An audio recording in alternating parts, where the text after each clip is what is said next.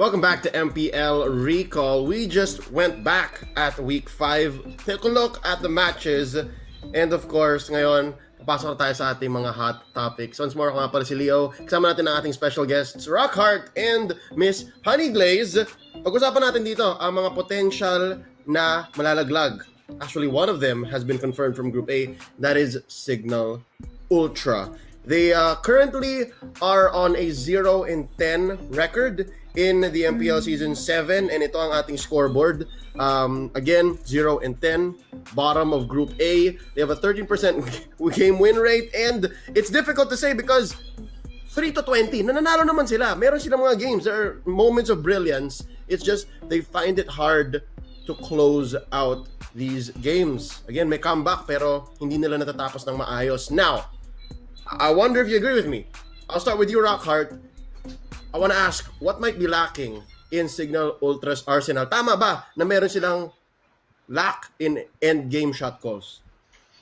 Yes, we have talked about this extensively during the shoutcast, lalo dun sa English kasi mas may konting freedom tayo na mag-analyze talaga dun sa English, di ba? We have talked about that and they win early game trades. They are very good at, they can invade, they can take fights, 3v3, 5v5, kaya nila sa early to mid game. But yes, late game, they don't really close out games. That's the reason why tumatagal yung games. That's the reason why they drop games. And it's a shame, right? Kasi sayang yung mga wins na dapat nakuha nila pero hindi lang nila ma-end to the base. Another weakness I have to highlight as well is heroes. They're trying a lot of heroes but none of it are sticking.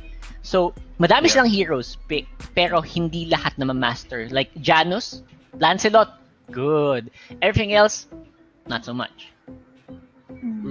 Okay, I agree. And I don't know what the exact stats are, pero yun nga, I think they have an all-time high of hero pool, like unique heroes pick. Yeah, Ikaw, Honey Glaze, ano yun pang na naisip kulang? ko eh.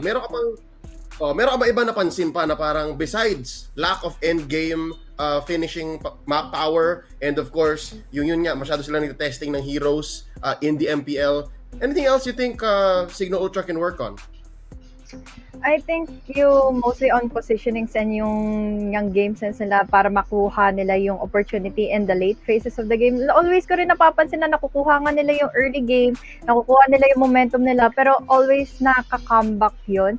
To the fact na parang nararattle sila kung paano sila makakabawi doon sa mga damage output na nabuo na ng kalaban nila against them. So most probably, yung mga tulad na lang din ng na-mention ni Kuya Rockard kanina is yung pagmamastery nga ng mga roles nila. Dapat may secured na silang roles in every member on their team para hindi na sila magkaroon ng kung nung what ifs na dapat bang siya yung gumamit ng hero na ito, si Janus. Ang ganda lagi ng positionings niya with either the side lanes or kaya ng support heroes, pero yun, katulad ng mention natin kanina, there's still lapses in between the positionings and especially yung kanilang mga roles. Yeah, I agree. Now that we brought up what could be going wrong with Signal Ultra's run here, ano naman yung mga possible changes nila? Kasi nga nabanggit na kanina, di ba? Paano kung Season 8? Paano kung yung susunod na kabanata ng Signal Ultra? How can they get better, right? Possible roster shuffle? Meron bang kailangang in or out na players? Should they have better prep time? Dapat ba mas matagal pa yung training nila or yung scrim time nila? Rockhart, do you have any suggestions? Scrim time. I mean, I wish we had info like that. Unfortunately, obviously, medyo sekreto yung mga ganun. Pero, again, roster shuffle maybe. Pwede, no? I was thinking roster shuffle is a very good chance. A lot of them have been given chances already. Even last season or previous seasons, they do. Pero there is something about this team that you really just can't explain. Fans love them, but again, reaching. There's that little factor that actually me myself I've been studying why it's happening. Actually, yeah, I agree. I myself, I'm a big fan of Signal Ultra, pero more of as people, di ba? On a personal level, Yun. love ko yung Signal Ultra. Personally, diba? we love them. I bleed black and red, pero pag naglaro na, parang may kulang eh. I agree. Ikaw, Honey Glaze, are there any suggestions for you how they can be better in their next outing? Siguro yung sa hero mastery na rin talaga. Oo, madami silang heroes na kayang gamitin. Pero they have to stick to their roles talaga na yun yung papanindigan nila habang nandun sila sa game na yun. Although maganda rin naman na maganda rin naman na iba-iba yung mag-shift sila ng role since it's a surprise factor sa mga game changes sila, game playstyle nila. But still, you gotta stick to the fact na mas may comfort picks kayo and may comfort roles kayo going into the series. Yeah, I think Yeah, they're to be talking fair, about Janus swapping out. May ka-swap si Janus na na role eh. Si Aquaboy. Aquaboy. Aquaboy. Yeah. Speaking of which, ang pinagsaswap nila ay core, di ba? Jungle role. And Ronel here is bringing up a great point. The loss of Lord Hades, no? From Season 6 into Season 7 in the off-season. Hindi ko alam kung ano nangyari, but Lord Hades, he moved over to Aura PH. And yeah, I agree. I think malaking bagay yon. Kasi ang lakas ni Lord Hades dun sa Season 6 playoffs against Execration. They forced 5 games. And that says a lot, lalo na against the eventual third placers. So, I don't know. I'm excited to see the future of Signal Ultra. Pero sa Season 7, I agree, just GG well played na lang talaga at this point. We'll move on. Let's talk about the situation down there in Group B. Alright, Group B is interesting to say the least. Dahil meron silang isang sure ball na upper bracket, hard to deny, Blacklist International with 24 points. And then Omega, a little bit in limbo. May chance pa kasi na may mag-knockdown sa kanila. NXP or Exe, either of them can still force an upper bracket slot here.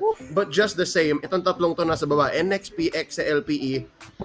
If you do the numbers right, and if the cards fall a certain way, any of them can still fall. Any of them can still get eliminated out of the playoffs. That being said, I want to ask you guys, what's it looking like? Kasi even chat will agree, ang dami dito ng fans ng LPE. I don't know where you guys are coming from, and bakit yun lang namin kayo nakikita. But LPE has a chance. LPE is like game sense, IQ. Kahit wala mo ng execution, arguably one of the more, sabihin natin, intellectual, cerebral teams. Kasi may mga times sila na parang yun nga, BMO Grok, BMO Deta, yung Arv, yung Loyi ni Arv. So meron eh. So we're not counting them out just yet, but in your opinion, ano itsura ng Group B dun sa lower bracket? Yung mga pwede malaglag. Let's start with you, Honey Glaze. Anong nanonostra mong pwede mangyari? Most probably, nasa tight spot pa rin talaga Exe and LP. Pero yun nga, most probably, mas una kong nakikita yung loss ng Execration before pa magkaroon ng loss yung LPE. Okay. But by the way it looks, wow, that's a very brave way of reading the metagame. Rockart, ikaw, anong basa mo? Kasi kung si Honey Glaze, parang more likely Execration might be the one to stumble. What are you reading from Group B? Actually, for Group B, it's starting to look like NXP is on the uphill trend to eh. Feeling ko, despite their loss, I feel like NXP should be on an uphill trend because I feel like yung situation nila sa bootcamp, from everything that we're hearing, is a little bit more, they're becoming a little bit more disciplined, I think, with the help of Doggy. Obviously, yung mga ginagawang may in-house penalty pa silang nangyayari na hindi ko alam bakit. Pero from everything on social media, they've been more tame, they've been more focused on their games. This is looking like what is going to happen for me is that NXP might be pushing higher onto the points even more. And I agree with Execration. They are the question mark. Sobrang critical nito. I hope walang party-partying nagaganap for Exe. Hindi sila nagiging lax because this is very tight. LPE, may specific win condition sila, di ba? They need a lot of 2-0s to tie it up with Execution. Yeah. Pero parang knowing them, parang hindi malabo eh. Diba? Yeah. I think it's a combination for LPE, Rockhart, of yun, perfect execution, talagang just Super Saiyan, Ultra Instinct, Super Saiyajin God, I don't know. But also, tama kasi mga sinasabi natin ng tropa natin dito sa chat, si Rever specifically, at si Justin. Their last matches, LPE, are very, very difficult. Malalakas yung mga kalaban nila dun sa bandang dulo. Yep. And that just starting to make it look like it's Mission Impossible. But yeah, I agree. Again, NXP, uphill trend. Execration, they have to focus a lot. And they're coming from a losing streak. Tama si Glaze. Galing sila losing streak. Baka maggigil pa lalo. Baka medyo ma-cloud yung motivation nila. But if there's anything I learned from the past week, it's that gets na nila yung first phase. Dapat si Chakno may hero na. Sobrang importante nung first phase Chakno, Atlas, Chakno, Kufra. His show is okay. Pero yun talaga. So dapat take advantage nyo yung Chak Mamba. But that being said, I'm just happy Omega found their footing again. Alright? So that's the group B situation. Let us know your thoughts in the chat. Mababasa naman namin yung mga comments ninyo. Let us know who do you think is gonna fall out of group B.